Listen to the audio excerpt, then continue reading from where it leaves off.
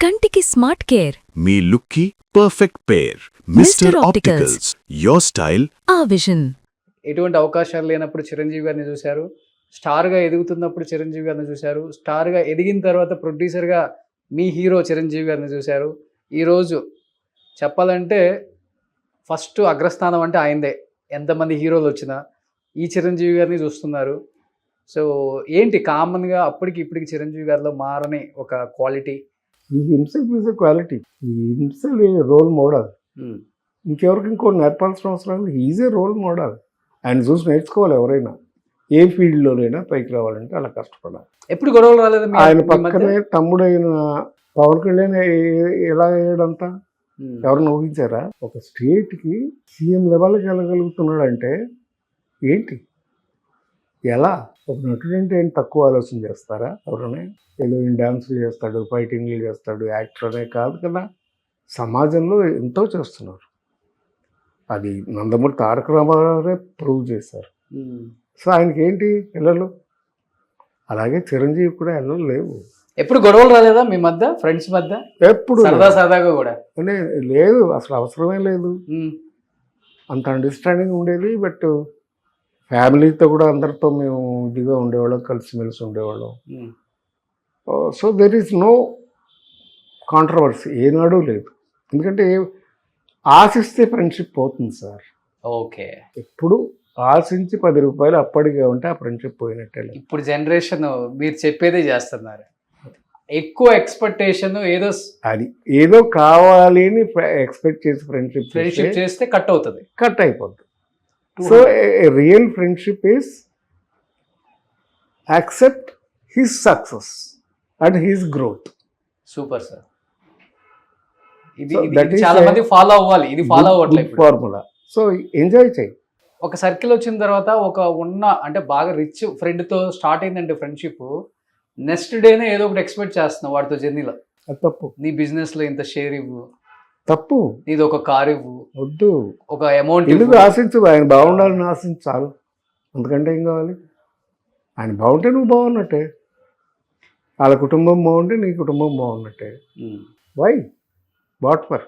నీకు చేతగానప్పుడు, నీకు లేనప్పుడు, జరగనప్పుడు ఆశించు, తప్పులేదు. ఆదుకుంటే ఫ్రెండ్షిప్ గొప్ప. ఆశించనక్కర్లేదు, వాళ్ళే చేసేస్తారు. అది చేస్తారు. చేయకపోయినా కూడా మనం అడగచ్చు. ఒక ఎగ్జాంపుల్ చెప్తాను మీకు. ఈరంకి శర్మ గారిని నేను చాలా ఇష్టపడే డైరెక్టర్. బాలచంద్ర గారు కో డైరెక్టర్. నన్ను హీరోగా పెట్టుకుని 3 సినిమాలు తీశాడు ఆయన. చిలకమ్మ చెప్పింది, నాలాగా ఎందరో, కుక్క కాటుకు చెప్పు దెబ్బ. దీనికి డైరెక్టర్ ఆయన.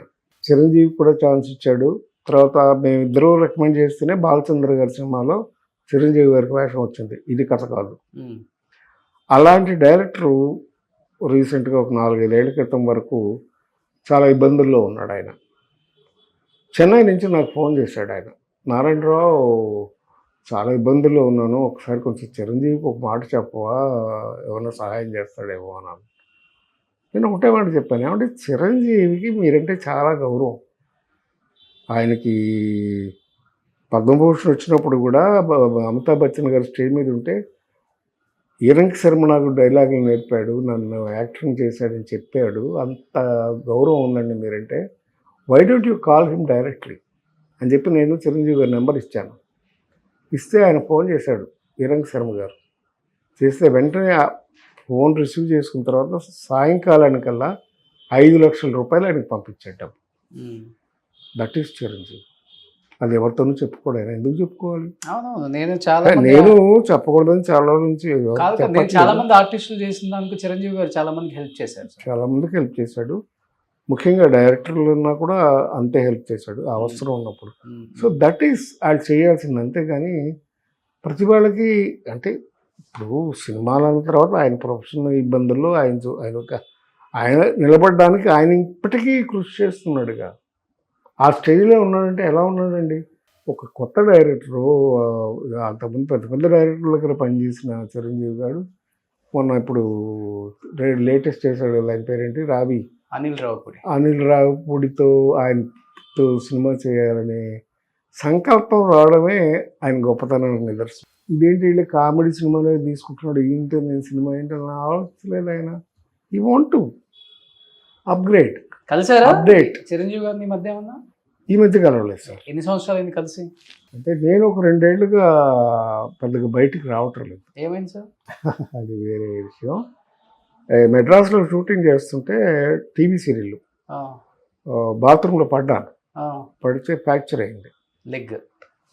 రిబ్ ఆ, ఫ్రాక్చర్ అయ్యి ఒక ముక్కెళ్ళి లంగ్స్లో గుచ్చుకుంది. అయ్యయ్యో. ఆ లంగ్స్లోకి నీళ్ళు వెళ్ళిపోయినాయి. ఆ, అయితే అప్పుడు అక్కడ హాస్పిటల్ ఉంటే మా అబ్బాయి ఇక్కడి నుంచి హైదరాబాద్ నుంచి వచ్చి ఉమ్, అపోలో హాస్పిటల్ ఆపరేషన్ చేయించి ఉమ్, అక్కడి నుంచి వచ్చాను. అందుకని 2 ఇయర్స్ నుంచి ఐఎమ్ నాట్ గోయింగ్ అవుట్. ఉమ్. లేటెస్ట్గా నేను ఈ 2 ఇయర్స్ గ్యాప్ తర్వాత చేసిన సినిమాని ఈ ఆలోచన. కానీ చాలా బాగుంటారు అప్పుడు. ఇప్పుడు కూడా బాగున్నారు అనుకోండి, గడ్డం వైట్ గడ్డం వచ్చినా కానీ. అది గెటప్ కోసం. లవ్ లవ్ మ్యారేజా మీది అరేంజ్డ్ మ్యారేజ్? నాది arranged marriage come love. Love. అంటే నా మేనగోళ్ళే కావాలని చేసుకున్నాం 10 years. సో ఇండస్ట్రీని అర్థం చేసుకునే పర్సన్ అయితే మంచిదని చేసుకున్నారా? ఇండస్ట్రీకి సంబంధం లేదు, మా ఫ్యామిలీ అంటే మనల్ని అర్థం చేసుకోవాలి కదా. అక్క కూతురే, అందుకని హ్యాపీ మ్యారీడ్ లైఫ్. ఉమ్, పిల్లలు కూడా అలాగే కలిసి వచ్చారు, ఉమ్, పద్ధతిగా పెరిగారు. ఉమ్, ట్రై చేశాను మా అబ్బాయిని కూడా ట్రై చేశాను. వాడును అల్లు అర్జున్ ఒకటే వయసు. ఓకే. అరవింద్ గారు మేము ఫ్రెండ్స్, అలాగే వీళ్ళిద్దరూ కలిసి ఒకే స్కూల్కి వెళ్ళేవారు, ఒకే డాన్స్ క్లాస్కి వెళ్ళేవారు. తర్వాత జిమ్నాస్టిక్స్ ఇవన్నీ కూడా నేర్పించాను ఇద్దరికి. ఓకే. అరవింద్ గారి అబ్బాయిను మా కొడుకు అల్లు అర్జున్, అక్కడ ఉన్నాడు ఆ బాబేనా? ఆ బాబు నా కొడుకు. ఓకే. అయితే వాడికి ఎందుకో ఇంట్రెస్ట్ రాలా, సినిమాల్లోకి రావాలనే ఇంట్రెస్ట్ రాలేదు. So he's into business. Okay. తర్వాత పాపకి పాటలు నేర్పుదామని సింగింగ్ నేర్పించాను. And she was very bright student in the studies. So she's a pharmacist. నా అల్లుడు గుజరాతీ. మా అమ్మాయిను అల్లుడు ఇద్దరు కలిసి ఒక 4 ఏళ్ళు బీ ఫార్మసీ, ఆ తర్వాత లండన్ వెళ్ళి ఎం ఫార్మసీ కలిసి చదువుకున్నారు. ఇద్దరు కలిసి వాళ్ళు లండన్లో 3 ఫార్మసీస్ రన్ చేస్తున్నారు. Oh. So they are very comfortable. So లండన్లో సెటిల్ అయిపోయారు కూతురు అల్లుడు ఇద్దరు. వాళ్ళకు ఒక పాప, ఒక 6 ఏళ్ళు ఇచ్చిన పాపకి. మా అబ్బాయికి ఒక కొడుకు. Okay. So that is my family. మీ కోడలు బిజినెస్? నా కోడలు కూడా షీఈస్ ఫ్రమ్ ఏలూరు దగ్గర దెందులూరు అని, అన్నపూర్ణమ్మ గారు ఊరు, వాళ్ళ రిలేటివే. చింతమనేని ప్రభాకర్ గారు ఎమ్మెల్యే. ఎవరు అక్కడ? దెందులూరు. ఓకే. అదే దాంట్లో బెంగళూరే మా బియ్యంకుడిది. It's arranged marriage and I'm very God blessed with the son in law and daughter in law. Super super. But హైదరాబాద్లోనే ఉంటాడు కదా బాబు? బాబు హైదరాబాద్లో ఉంటున్నాడు. కాదు సార్, మీ డేస్కి ఇప్పుడు డిఫరెన్స్ ఏంటంటే, ఇప్పుడేమో కలవాలేమో అర్జెంట్ కదా, నీడ్ ఉంది కదా అన్నట్టు ఉంటారు. అప్పుడు వాళ్ళు ఎట్లా ఉంటారంటే, ఏదో ఒక ఫంక్షన్ జరుగుతుంది కదా, అక్కడ కనిపిస్తారు కదా, హాయ్ చెప్తాం కదా. అదండి, డిపెండ్స్ డిస్టర్బ్ చేయరు. ఇండివిజువల్స్ బట్టి ఉంటుంది అది. వాట్ ఎవర్ ఇట్ ఈస్, ఎదుటి మనిషి బాగుండాలని కోరుకోవడమే మనం చేయగలిగిన మంచి పని, అంతకు మించి లేదు.